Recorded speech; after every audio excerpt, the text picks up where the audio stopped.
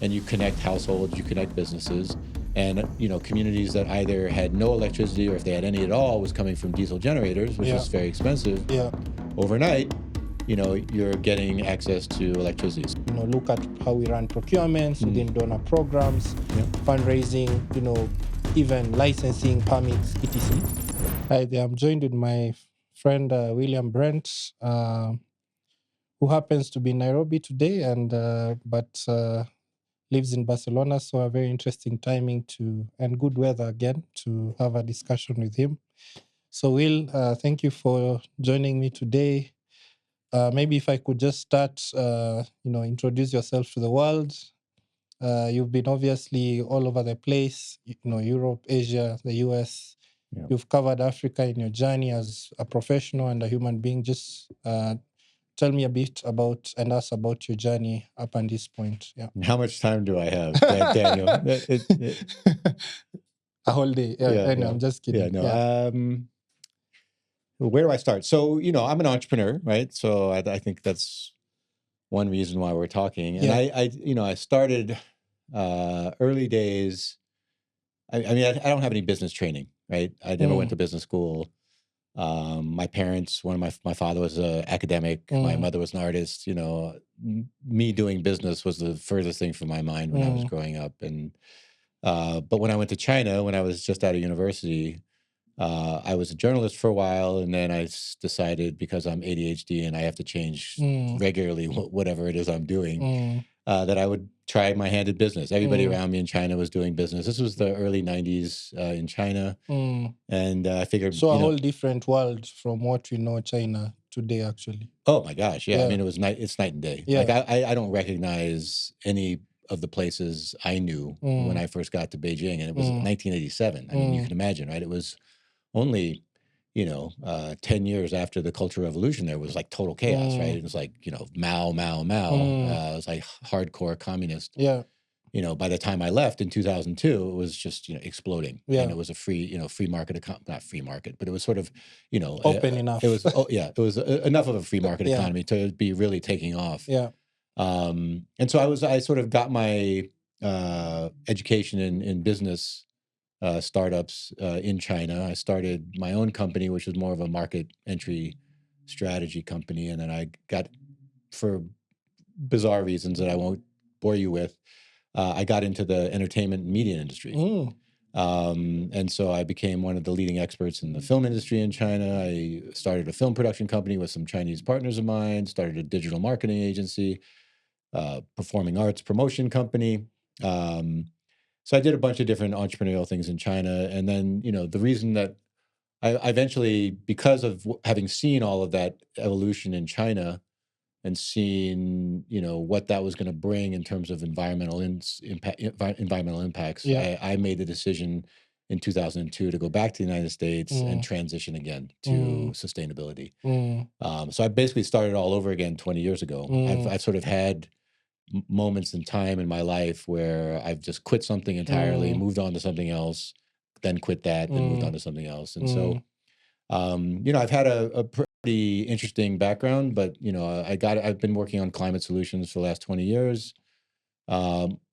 Good chunk of that time as a consultant. I co-founded a nonprofit, which started me getting more involved in Africa, which I always wanted to do. Yeah. When I first, a funny story for you maybe, when I first got to Beijing, China's always had this really strong program with providing scholarships to African students to come to China to study engineering for decades. I don't know how many of your listeners and viewers know that, but so they would pay for African students to come to Beijing and Shanghai, where I lived, or other cities. And they would study intensively Chinese for a year, and then they would get a 2-year master's degree in whatever engineering area. And so in 1987, you can imagine there was nothing to do at night. Yeah. But we were all at universities, and so I was at universities with a ton of African students from all over the continent: Tanzania, Burundi, Sierra Leone, everywhere. Yeah. French speaking, English speaking, and they had. So at least you had an interaction with. Oh, big time. Yeah, they had the best parties in Beijing, right? Yeah. There was like a moving party every weekend. hosted by the African students, and we just would dance all night to African music and drink beer. So I always knew that, and I grew up in DC, which is a largely Black city, right? So I'm sort of, it's sort of in part of my DNA. And it was always something that I knew I wanted to get more involved in. So that nonprofit was a startup nonprofit, and it was very much focused on Africa. And that's when we met. Yeah.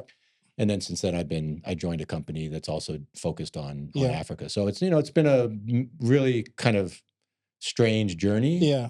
But, amazing. Yeah. It's a lot of different experiences. Yeah. Yeah. And also just looking at your experience, you sort of like almost there's a thread you've carried along with you, and it's around telling stories, communication, all that. Like you've sort of brought it into a very boring seemingly industry of panels and batteries and all that.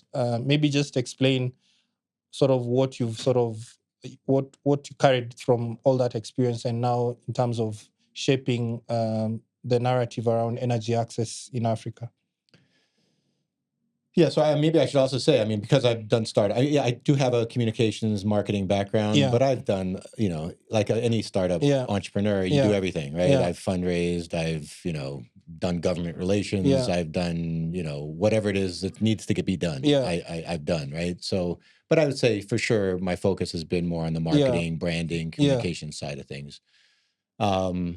And when I got so the nonprofit that I co-founded was 2014, I think. And that was my real first entry into like really focusing on Africa.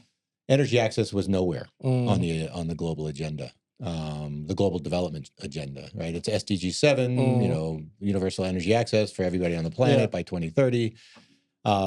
We couldn't get the time of day from any serious institution that was going to move the needle on that issue. The World Bank, was when I first started talking to the World Bank, energy access was a teeny tiny part of the energy team, which was a teeny tiny part of the infrastructure and extraction team, which was a part of some other bigger program, right? So it's like this little. And then most of it used to focus on the public utilities. It's more like for sure grid extension and things like that, right? The government. And so trying to get them to even get their head around decentralized renewable energy, like mini grids, which is my company does now, or solar home systems and things like that. It was like, a very, very steep uphill battle. So fast forward, that was 2014 to today, a decade later, the World Bank president, Ajay Banga, in March, I think it was, announced this ambitious program, Mission 300, to electrify 300 million people in sub-Saharan Africa before the end of the decade. That was unimaginable when I first started in this space, right? And I think some of the work that I did through that nonprofit hopefully had something to contribute to that. But it's great to, it took a long time. It took way too long, given that this is something that's been going on for generations, right? Where hundreds of millions of Africans haven't been able to turn a light on in their home. It's a human right violation that should have been addressed a long, long time ago. But at least now, today, it's at the top of the agenda. It's not hiding somewhere deep down in the corner off on the side. It is probably the most important agenda item for the World Bank right now. And a lot of people are sort of falling in line with that. Yeah. And then just summarizing, you said this 20-year sort of window that you've been watching all these shifts. Obviously, there's a lot has changed, which you've mentioned, like, the perspective of bilaterals, multilaterals on energy access. What would you say has been the other sort of shifts that have got us to this sort of point, especially for people like us who have not been always through, these 20 years? We were just probably at the growth spurt. To be honest, I think the main contributor to all of this is that everything's much cheaper than it used to be. Just the decline in prices for solar PV, now for battery storage, it's accessible and it's economically viable compared to the legacy solutions, fossil fuel solutions, right? So, I think also awareness amongst people in the communities that at least we're serving, which is mostly rural and peri-urban, is also increased over time. And governments, I think, are starting to get their heads around it too. I think there's a lot of inertia within government. You're talking about a generation of leadership in government still in Africa, despite it being the youngest place on the planet. I think a lot of people who are making decisions are still from a different generation, Yes, right? yes. And so, I think that's a slower shift. Yeah. But it's happening, and you're starting to see younger people come into power, and so I think it's a combination thing. But for sure, I think the main driver is just it's cheaper. Yeah. So at the end of it, it's almost like the economics sort of caught up with the messaging. Yeah. When you guys were starting, maybe there's a push to do the right thing. You are trying to tell governments and donors this is the right thing, but almost the economics validated a lot of your arguments. I think we also had to prove, so I agree with that, but I think we also had to prove that, the type of power that we could provide, so the mini grids that we deliver, right, where we've got dozens of them operating in Nigeria, which is the largest off-grid population in Africa, followed by Democratic Republic of Congo. They provide 24/7 power, grid, quality, better than grid reliability. I mean, our customers on a normal day are getting way more reliable, higher quality power than somebody who lives in Lagos or Abuja, right? So, I think it also has taken time to, sort of get governments to understand that. Yeah. Maybe it's the people. And also it's a good time maybe to explain Husk Power to everyone, because not everyone is familiar with mini grids, and also particularly with Husk, given that you've done a lot of great work in Nigeria, India, but maybe a lot of Kenyans or other East Africans need to sort of be caught up. HuskPowerSystems.com. Check it out. So it's a company started by people from the Global South to benefit people from the Global South. Our CEO and co-founders from India. The company was founded there 15 years ago. And his mission always was, because he grew up in rural India where he faced the same issues that, people in rural Kenya face or rural anywhere in sub-Saharan Africa, which is no access to reliable electricity, or if any electricity at all, right? So he and his co-founders, they wanted to do something about it. They started this company. They came up with a technology solution and a business model that they thought would work. And he's always wanted to help, solve energy poverty, which is what the issue is generally referred to. Not just in India, but anywhere we could, right? And so the solution for that we've developed is based around something called a mini grid, which is, basically you go into a rural community, you partner with that community. Typically, you'll lease some land, or they'll give you some land as part of that partnership. You build a solar generation power plant with batteries in a control room. You then string up a distribution network of poles, like legitimate poles, like utility poles, with utility scale wiring and all of that stuff. And you connect households, you connect businesses. And, communities that either had no electricity, or if they had any at all, was coming from diesel generators, which is very expensive. Overnight, you're getting access to electricity. So it's transformative, right? And you're also putting in street lighting. So there's night, it's more higher safety at night. Shops can stay open later. There's more economic activity. Health clinics can get connected and provide better, services to the communities and better health outcomes. Schools get lights, et cetera, et cetera, et cetera, right? So, I mean, it's the entry point, right? But providing electricity is really just the starting point, because what we learned the hard way, and we've gone, I mean, I think we're in version 3.0 of Husk, right? We almost failed in version 1.0. Our current CEO and co-founder, he came in, he pivoted the business model, he pivoted the technology, and now, we're entering that 3.0 phase where we're just taking off in terms of accelerated growth. And what we learned, one of the key learnings was that you can't just focus on energy supply. Because you're going into communities that, oftentimes have very little economic activity, right? So you can't purely count on power sales to make a return on that investment. And it's capital intensive, right? So it's a heavy investment. So you have to focus on, particularly also if in cases where the pricing is, regulated, you're not going to be allowed to charge $2. Well, we wouldn't go into a market. Yeah. Well, we wouldn't want to charge $2. We're You not going wouldn't, yeah, to. We you weren't would going to charge want to- $2 anyway, yeah, right? yeah. But so it has to be cost competitive with the alternative, Yeah. right? So it either has to be competitive against the grid. Yeah. And in India, we compete directly with the grid, or it Yeah. has to be competitive in most of the places we work in Africa with diesel. Yeah.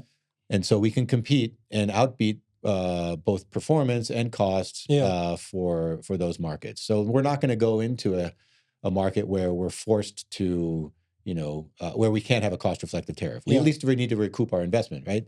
So anyway, so you have to also work on building demand, Yeah. right? So that you can, actually make a sustainable business model out of doing this. And Yeah. it's good for us. Yeah.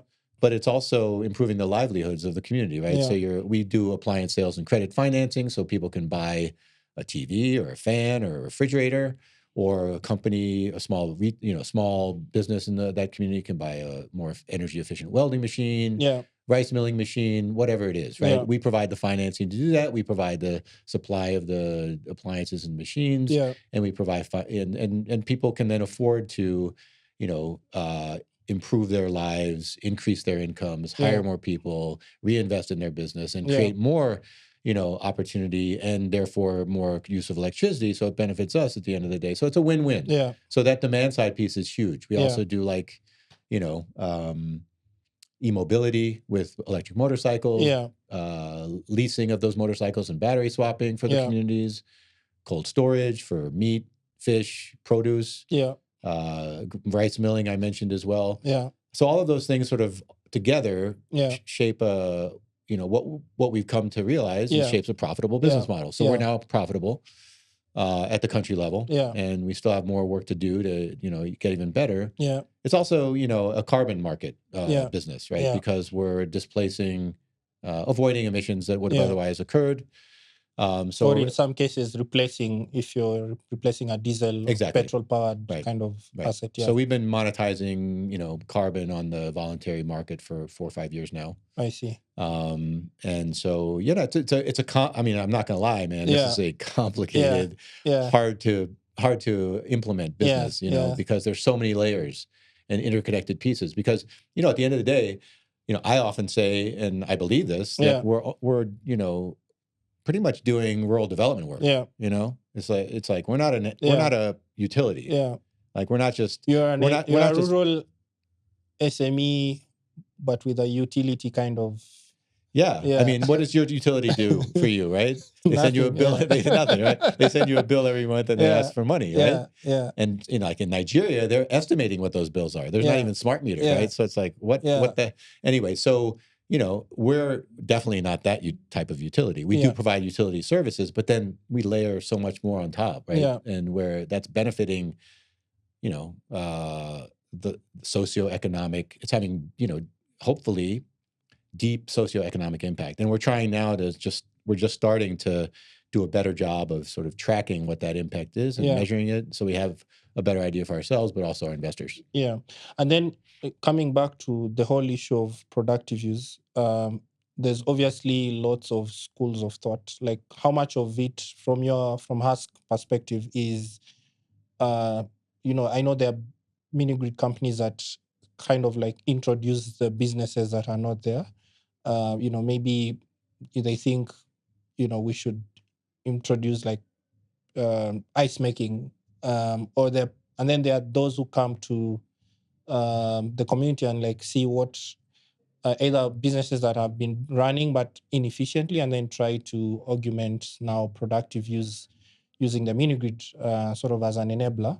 How much do you see sort of those two extremes playing in your business? I mean, we do both, right? Yeah. So we will enable businesses that already exist to Yeah. have more cost-effective use of energy Yeah. through switching from diesel to solar electricity. Yeah. We also, as I said, we're doing e-mobility as a business. Yeah. Cold storage as a business. Yeah. Rice milling as a business, and so we work with, like in one community in Nigeria, working with local women farmers. Yeah. We've built a rice milling Yeah. hub where they can come, they can aggregate their production, refine it into a finished product, and get Yeah. more revenue from that than they Yeah. would from selling a raw material, Yeah. right?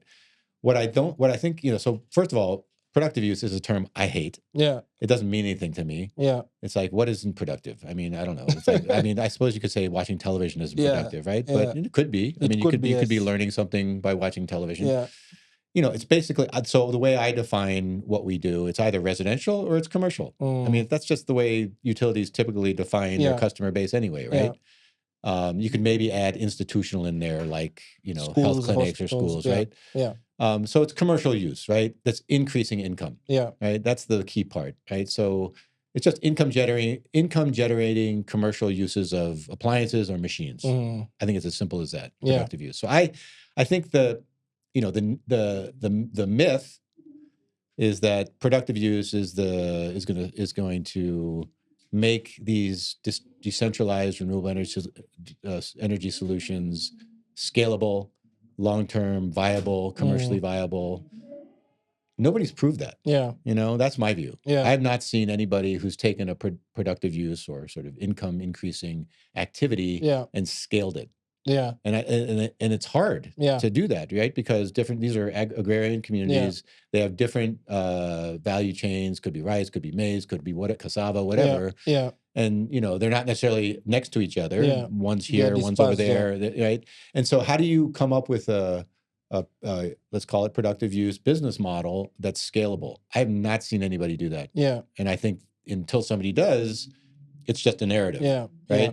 I believe that there are business models out there, and we're testing some. Yeah. But, you know, we're I guess what I would say is I'm sick and tired of pilots. Yeah. That, you know, maybe show one data point. Yeah. Where you need a lot more data points to prove to me and to the industry and to investors that this is actually something that's doable. Yeah.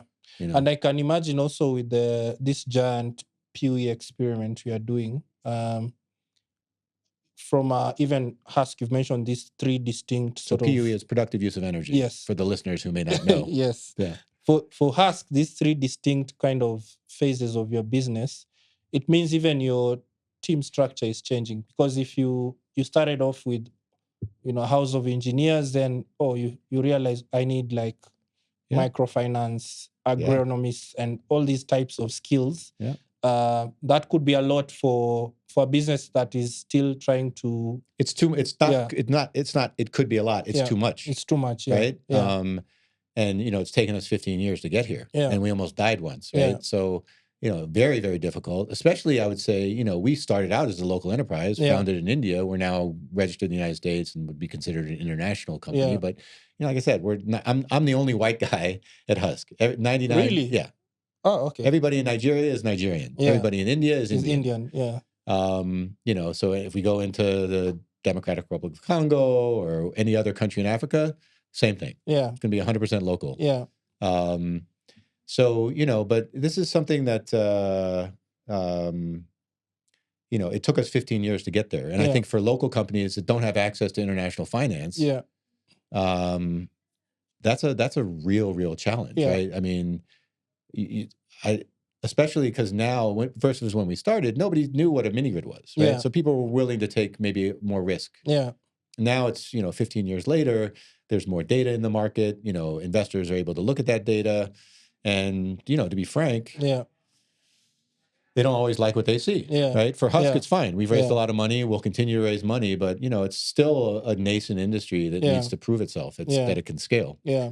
And then how much do you see like the sector evolving from those?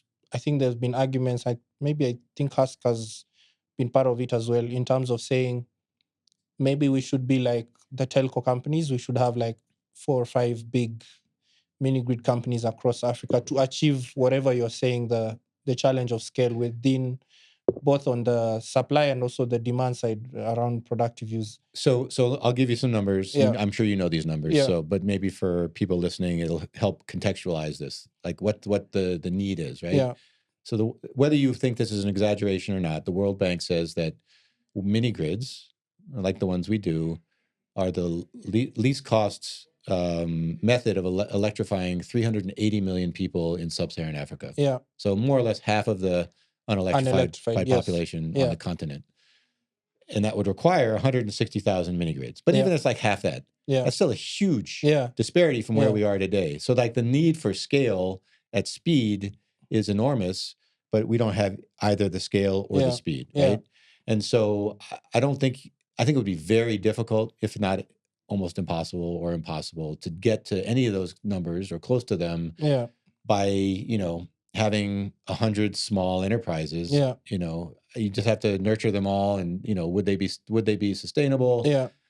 I would love to see that happen. I just don't know that it's a viable path, right? Not to mention that we did this roadmap. We wrote a paper basically a couple of years ago, and one of the things that me and the co-author, our chairman Brad, and I also included in that report was, typically any industry, when it matures, 3 companies account for 80% of the market. So if you assume that that's the sort of norm within an industry, then I mean, we're happy to see as many as can scale. Right. We'd love to see more husks. We need 10 husks. We need 20 husks. Right. Eventually it's going to consolidate. I mean, as all industries do, right? So whether it's 3 or 10 or whatever it is, there needs to be that scale in order to be able to, achieve a deployment rate orders of magnitude faster than what we have now. And then my other question around that would be, there is still some push among certain quarters, either within governments or donors, to have publicly run mini grids, right? You have the rural electrification agencies, the utilities also trying to, install their own mini grids, but they still carry the, somewhat utility kind of mindset of, I'll just supply. Well, state-owned utility, not just utility, right? Yeah. State-owned, exactly. Yeah. So you have this kind of, public procurement kind of push still that is still eminent in some countries. So, I'm not a believer in that model. Yeah. And I say that with some, experience from what happened in India. Yeah. Where the Indian government also has a very state-led, mindset in terms of the electricity infrastructure there and the ownership and management of it. They built hundreds, if not thousands, of mini grids. Yeah. Probably a decade ago or maybe more. They all failed. Yeah. They all failed. And as a result, they, spoiled the market for private sector developers, or at least because you have all these idle assets. Yeah. Just a graveyard, of mini grids all over India, right? So, I'm not. It goes back to the point of, this is a hard business, and it's a hard consumer to serve, right? Because just providing electricity means you're going to lose money on every one of those connections if you're a distribution company, state-owned distribution company, right? And they're all in debt, right? Yeah. India these guys get bailed out every decade, once a decade, basically. They need ways to bring in the private sector to take on that to take off the burden, the financial burden of the state to electrify rural areas, and also do it with people who actually know what they're doing. Who can stimulate demand, who can provide appliance sales and financing, who can add in those layers that utilities just don't know how to do. Yeah, interesting. So I guess there's still, I think growth could come from, you have this pathway of as many husks, then at some point consolidation, and then probably even handover of some assets from the public or the state-owned utilities, or even the concessions of regions. I think in it's already happening. Yeah, so like in DRC, you have this concession where you can't be given a whole city or town to sort of electrify. But those are still isolated, right? They're not grid connected, right? So you're starting to see utilities in Nigeria, and I think this is going to happen in other countries in Africa as well, probably in India, where either the public or private, utilities are saying, you know what, last mile franchisees with private sector mini grid developers is a good way to go. More a liberalized kind of framework. Yeah, it's just, instead of seeing the grid and mini grids as somehow contradictory, they're very complementary, and they should be integrated, right? And that's starting to happen. I think that's going to be a trend that we'll see more of. Yeah, and then the other question would be still around the issue of messaging. We have, it's clear we are going to miss our 2030 targets, especially around. Don't get me started, man. You're So how do you're going to make me vent. it's like, how do we sort of retool that messaging around urgency? Because it seems we all agree this is our North Star, but it kind of feels like the urgency is still not there yet. Look at how we run procurements within donor programs, fundraising, even licensing, permits, etc. The list is endless. How do we sort of, we all agree this is a problem. This is what mini grids, have proven they're the way to go. How do we sort of kick in urgency and sort of that drive? Yeah.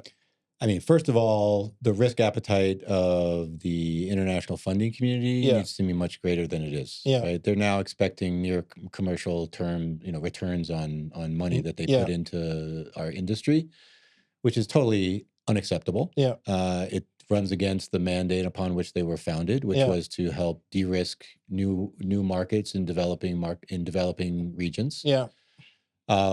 So the risk appetite and the willingness to take that risk and lose money if that's what it means needs to be. We need to return to that ethos upon which the development finance institutions were founded. Yeah. And they also need to stop dribbling millions of dollars into this industry and start to look at ticket sizes of 20 million, 30 million, 50 million. Yeah. And if they need to, aggregating to do that. Yeah. Because right now you have them all working in silos. Yeah. They've got their own due diligence processes. We have to do five due diligence processes for 5 different investors. They could easily standardize that. What are their, impact metrics and how do they measure that? They could standardize that. There's a lot of ways where you could reduce a lot of wastage in the system currently and free up more money, by consolidating and aggregating and standardizing. Yeah. That doesn't happen. Yeah. And, that takes leadership from the top. Yeah. Because it's not going to happen in a bottom-up way. Yeah. I think that's one thing. So, the quantum of capital definitely, so we raised $100 million last October, 2023. And everybody thinks, oh, that's a ton of money. Yeah. It's a drop in the bucket of what we need. Like we signed an MOU with the Rural Electrification Agency in Nigeria to build 250 megawatts of decentralized renewable energy projects. Yeah. That will cost us, I don't know, $500 million. Yeah.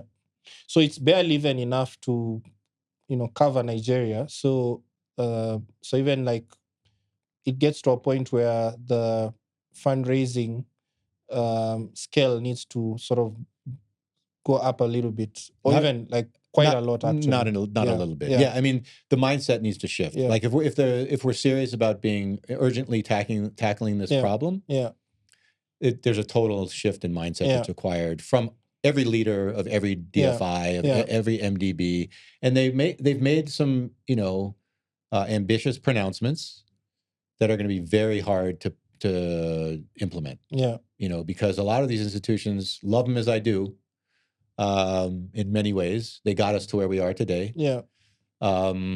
They're not fit for purpose, or fit for time, or fit for this model. Right? They're almost good for pilots, but not good for scale, kind of. Yeah, but the problem there is that you also have like where are the private equity firms? Yeah. Where are the pension funds? Yeah. Where are the climate funds? Yeah. Sovereign funds. Yeah. Yeah, sovereign funds. Where are those guys? Right? Yeah. They're not here. They're not in the industry yet, and they're totally uninterested in, most of them that I talk to are totally uninterested in emerging markets, especially Africa. Yeah. It's like, but also it's also because of like, if I am a PE firm in Europe, US, and my smallest check is 50 million, then if I write to Husk, who else am I not? It's sort of like maybe 2 or 3 people in the continent can absorb it, that, and then that's like a 33% exposure in Husk. If you're looking at a fund that is looks at diverse sectors, so there's also that kind of challenge of, is it enticing enough? Is the pipeline of companies enticing enough for them to actually build a regional portfolio? So if it's not enticing enough, someone has to help make it enticing enough, right? And that's where these other institutions can come in and provide whatever is needed for these guys to enter the market. Yeah. You know, and if you really believe in the solution, and the World Bank has said, you know, 380 million people, 160,000 mini grids. If that's what you're sticking with, okay, well then you need to do something. Make it happen. Yeah, I agree. And then my question also, we are seeing a shift towards like carbon financing. You've already mentioned that, you know, you've been doing this for the last 3-4 years.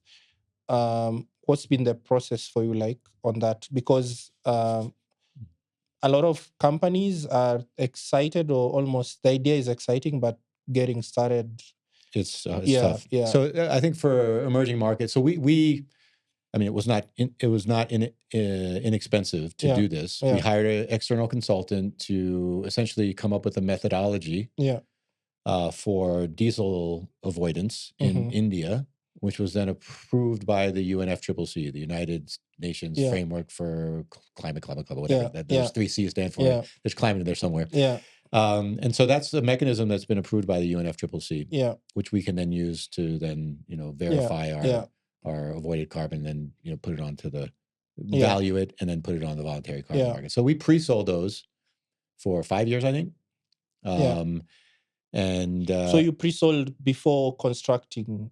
Well, so before, so we pre-sold so we could have access to capital that goes straight to our bottom line, that we could then, you know, construct more projects with, right? So that talks to like, you have to be a trusted partner to actually deliver on, you know, a claim that is to be built, you know, sometime 2 years from. Correct. Yeah. Right. Yeah. So I don't think a lot of companies have the resources to do that. Yeah. And I think there are efforts underway, I hope so, that I'm aware of, that are trying to figure out how do we aggregate that in a way to bring projects from companies that, you know, have similar business models and similar sort of carbon offset footprints that we can, you know, somehow monetize as a pooled set of assets. But I don't know where that is, but I think I'm hoping something like that can happen. Yeah, I think in my head, I've always been thinking of like, since we have growing businesses, we could have at some point an RBF syndicate, because, you know, it's RBF, results-based financing. Results-based financing, grants for capex, but you know, the check is written on the back end.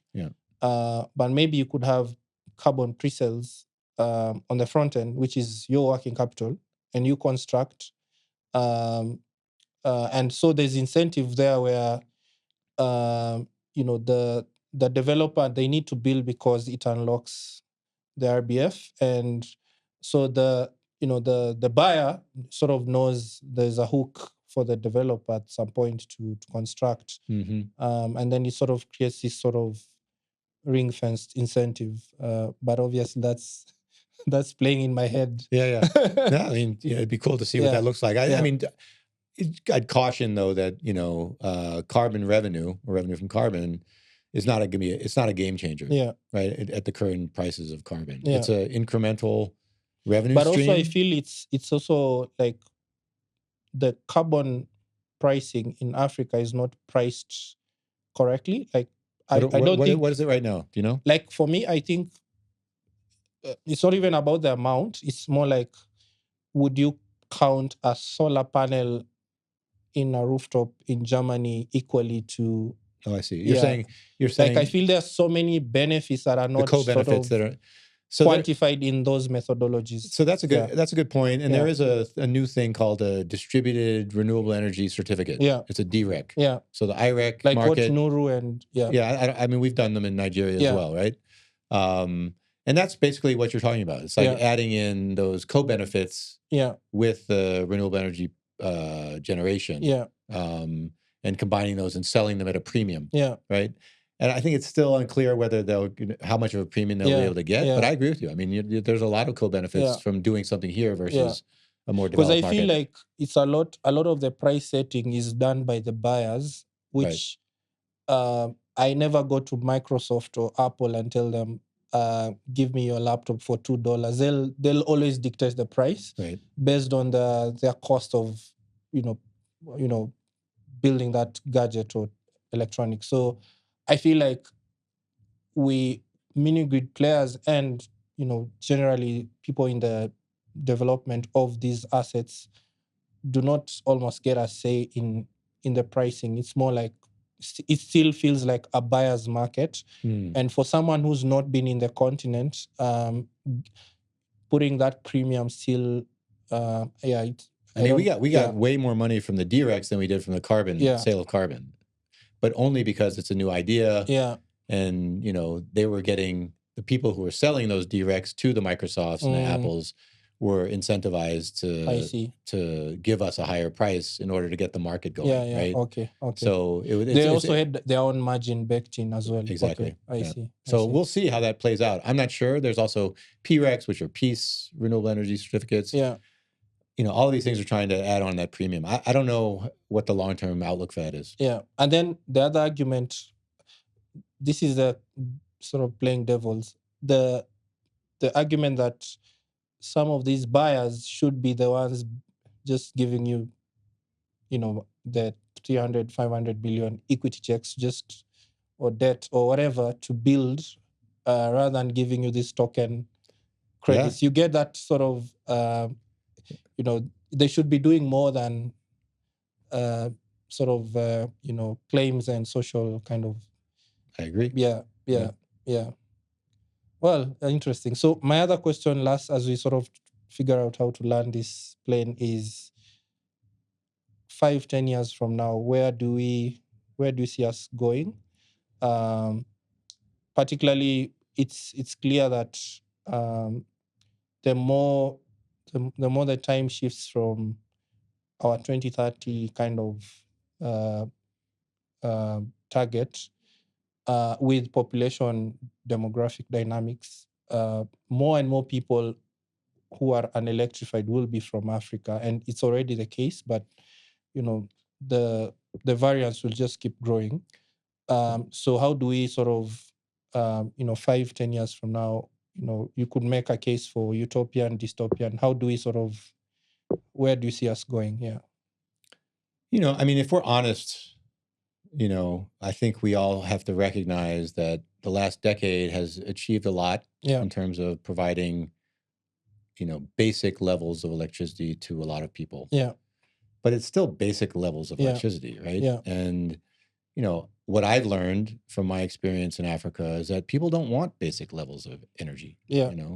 They want modern levels of energy. And SDG 7, Sustainable Development Goal 7, promises reliable, affordable, sustainable, and modern energy. Modern being the key one for me and a lot of others who would agree with what I'm saying. And then it also speaks to the urbanization that is happening in Africa, sure. Right? There'll be migration to urban areas, but even for rural or peri-urban areas, I'll give you one quick example. We've built a mini grid in a community in Nigeria. We have all of our connections are smart metered, right? So in order to be able to access data from those smart meters, we need a mobile tower in the community. They didn't have one. So we partnered with a mobile operator in Nigeria. They put a mobile tower in the community, but it was only 3G. And, I remember walking around one day with some of my colleagues in that community, and the only thing people said to us was not thanks for electrifying the community. It's like, why don't we have 4G? Right, exactly. So this is human nature, right? No thanks. But this is human nature, right? Exactly. We always want the next thing, the next best thing, right? Yeah. And that's great. That's the way it should be, right? And so, my concern with some of these big pronouncements from the World Bank around 300 million people being electrified by 2030 is that they're still thinking in terms of basic levels of electricity, and that they're access. Just basic access, right? A light and a phone charger, and that's it, right? Which is fine. I'm not saying that that's not worth anything. It is. It's still a huge improvement, but it's not what people want, right? And if you take a people-centric view of this, you have to build a program that meets their expectations, right? Yeah. Whether it's grid extension, whether it's mini grids, whether it's solar home systems, I don't care, right? But that's what the goal should be, right? That's what the goal is. Yeah. It's written into SDG 7, modern energy, right? So, that to me has to be front and center, right? The goal should not to be provide basic levels of electricity. If that's all we can do, it's much better than nothing. And I don't want to discount what a lot of really amazing people and companies have done for the last decade, because it's made a huge impact. But, that's the goal. As agreed upon by the United Nations, consensus-driven body, right? Everybody sort of signed off on that. So, that's where we need to go. I don't, as I said earlier, I don't think a lot of the systems we have in place can get us there. And require a lot of reform, whether it's government, whether it's development finance institutions, whether it's private sector. We bear some of the burden as well. Are we able to? I mean, we want to go back out to the market next year and raise $400 million. Or we can deploy $100 million. Can we deploy $400 million? Yeah, we think we can. But we have to prove it, right? And so everybody has to step up and prove that scale is not only the spoken objective at speed, but it's also obtainable, and show a pathway for getting there. Because talk is cheap. Agree. And so my hope is that I think that it's all going to come down to how much courage, in my view, and how much sincerity, in my view, the leaders of who will either mean the success or failure of this endeavor step up. And that could be someone in government. I don't want to hear any excuses anymore. It could be somebody in the finance community. No more excuses. Oh, it's population growth. That's why the number of people without energy access is increasing. Well, okay, fine. Yes, that's true. There was a huge amount of population growth, and Africa faces a big issue there with that gap widening. But, the people who have been electrified, let's not forget, they're only basic levels of electricity, and so, and they're also demanding for more. Exactly. Right. And that's the voice that I hear in my head every day. It's like that guy saying, 3G is nice, but where's 4G? Right. That's the voice I hear. And if people working on this issue don't hear that voice and don't think of those people first and foremost, and they just think about their careers and getting ahead and all that stuff, staying in office, et cetera, that's going to be a recipe for failure. And so I think courage is the call of action from my perspective for leaders to lead. I agree, and everyone is a leader in their own right. So could be companies, development, finance, donors, governments, etc. So I think we'll take a pause here. We could obviously talk about this topic the whole day, as they say, till the cows come home. But I think for me, what I've taken out is good, but we could do better. There's obviously the need for aggregation. There's need for scale, particularly on the financiers. I think we're getting to a point where even donor programs are not going to meet the basic, even just leave Husk, even the mid-tier kind of developers needs. So I think we're getting to interesting times. So I think for me, I look forward to more growth, more opportunities for carbon finance, for productive use or income generation, and also more opportunities to have multi-country programs and initiatives. Thank you for your time, Will, and Daniel, thank you, man, and good luck with the growing family. Safe flight to Barcelona, and all the best you around. Thanks, my friend. Good to see you.